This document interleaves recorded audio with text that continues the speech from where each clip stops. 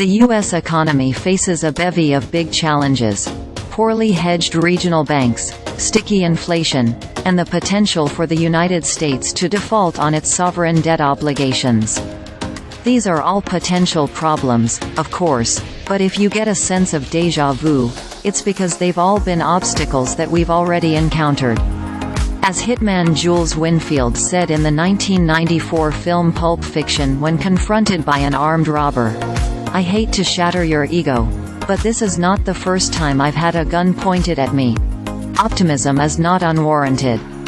Inflation has been moving in the right direction, and if the Fed refrains from further hikes or even cuts rates, it will help the yield curve flatten and stock valuations fatten. On the debt ceiling, partisan brinkmanship has always ended with a last-minute deal that keeps the Treasury from bouncing checks. Neither party wants to lose the ability to spend money. It may be worth listening to two billionaires who have always stayed on the sunny side of the street, deftly navigating dozens of bull markets and bear markets since FDR occupied the White House.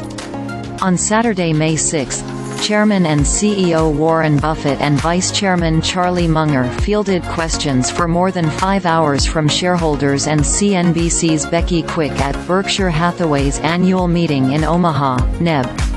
Optimism in the upward trajectory of American business has made Buffett and Munger exceptionally wealthy.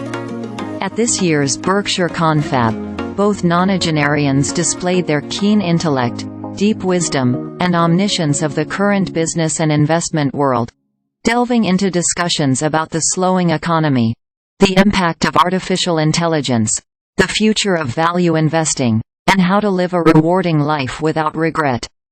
Buffett and Munger both grew up in Omaha, but never met face-to-face until a dinner in 1959.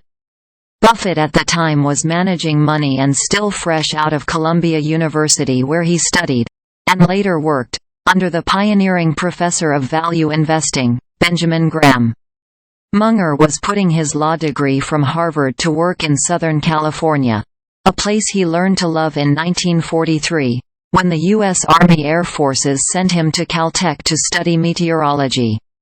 Both men recognized that they embraced the same worldview and common-sense shrewdness of long-term value investing, and by the late 1970s they got together at Berkshire, which Buffett had bought in 1965. Their shareholder meetings have become something of a Lollapalooza or Grateful Dead show for shareholders and other value investors keen to sip from the deep well of knowledge and wisdom presented by living legends sitting side by side on the stage. Below are some of the important highlights and questions from the Berkshire meeting. Warren Buffett began with an overview of the company's most recent quarter and year, providing insights into the numerous businesses that Berkshire owns wholly or partially.